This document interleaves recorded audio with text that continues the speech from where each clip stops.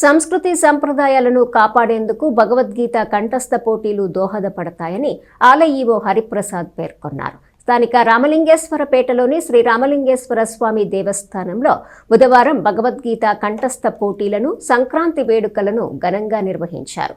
భగవద్గీత పోటీలలో చిన్నారులు పెద్ద సంఖ్యలో ఉత్సాహంగా పాల్గొన్నారు. పోటీలకు న్యాయ నిర్ణేతగా ప్రమీల వ్యవహరించారు.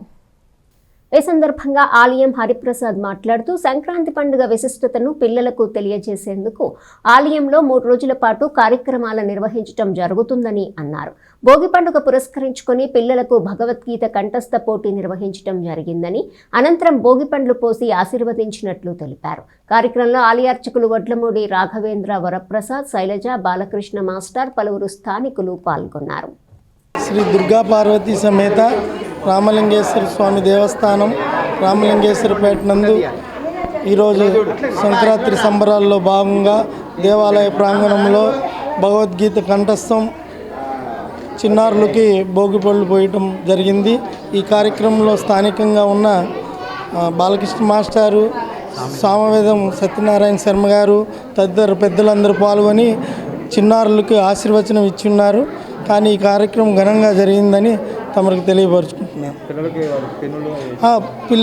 చిన్నారులకి భగవద్గీతలో పాల్గొన్న చిన్నారులందరికీ భగవద్గీత పెన్ను పంపిణీ కార్యక్రమం కూడా జరిగింది.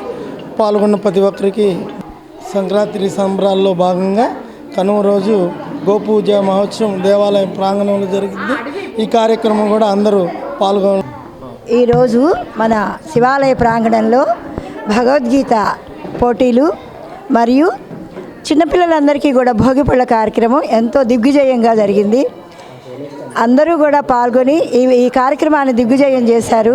వాళ్ళందరికీ కూడా అభినందనలు, మా అభినందనలు.